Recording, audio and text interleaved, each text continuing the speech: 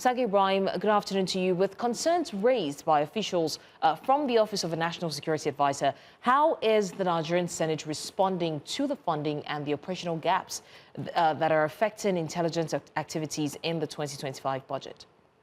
Good afternoon, blessings. For these lawmakers, it's something that is unacceptable, but then this follows, of course, a directive by the federal government for the capital budget component of the 2025 budget, 70% of which should be pushed to the 2026 budget. And that is what we've seen happen for a lot of MDAs. So the background at this point is that not just the security and intelligence community alone that is affected. Matter of fact, quite a number of ministries, departments, and MDAs, that agencies have also raised concerns about this. You'd recall that the Ministry of Health has also mentioned something around that. The NCDMB has also mentioned something around that, having a budget of, over hundreds of billions, but having disbursements and allocations that's not even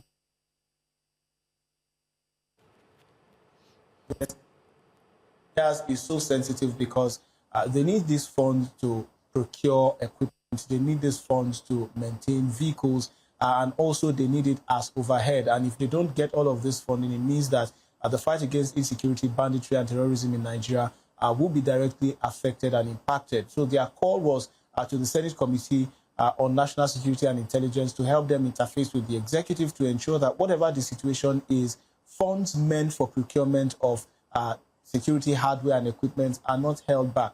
But then there's also a concern because the Accountant General of the Federation was invited to appear before the Committee of Appropriations, who had also mentioned that the strategy has changed from just allocating directly and doling out, contracts and cash for contracts upfront, because now as it is, it's only going to be a priority where monies available will be allocated to contracts and projects within the availability of funds. So it's a matter of constraint of funds, and it's also a matter of the federal government directive. But for them, this should not be a reason why anything that would lead to addressing issues regarding security and tackling security in Nigeria should not be affected by it, because as you know, the president has declared a state of emergency on security in Nigeria, and the expectation is that the much needed support be given to ensure that Nigerians can sleep well with their two eyes closed at night. Blessings. So from the submissions made by Mohammed Danjuma and the reaction of lawmakers like Ojiuzo Kalu, what immediate measures are being considered to ensure that intelligence agencies remain effective despite these constraints? Well, blessings. For them, the 2025 fiscal year is gone. This is 2026. Budget defense for 2026 is in effect. They were in a closed-door sessions, details of the meeting, which is yet to be made public. But then, for them, it's just ensuring that what happened in the year 2025 does not repeat itself again.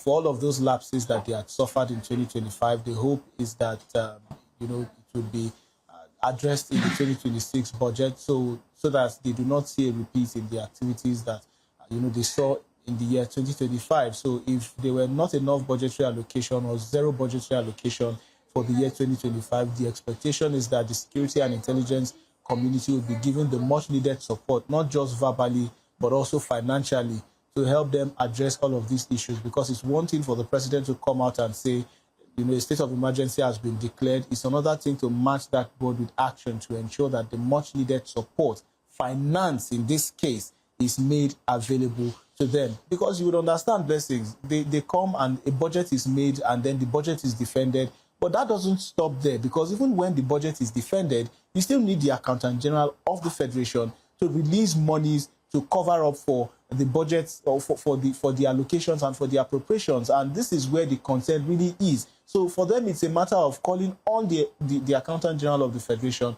when these appropriations and these budgetary allocations are made, match words with action, give them the much needed finance that they need to ensure that they are able to carry out their responsibilities without any hitches and without any hindrances. Blessings.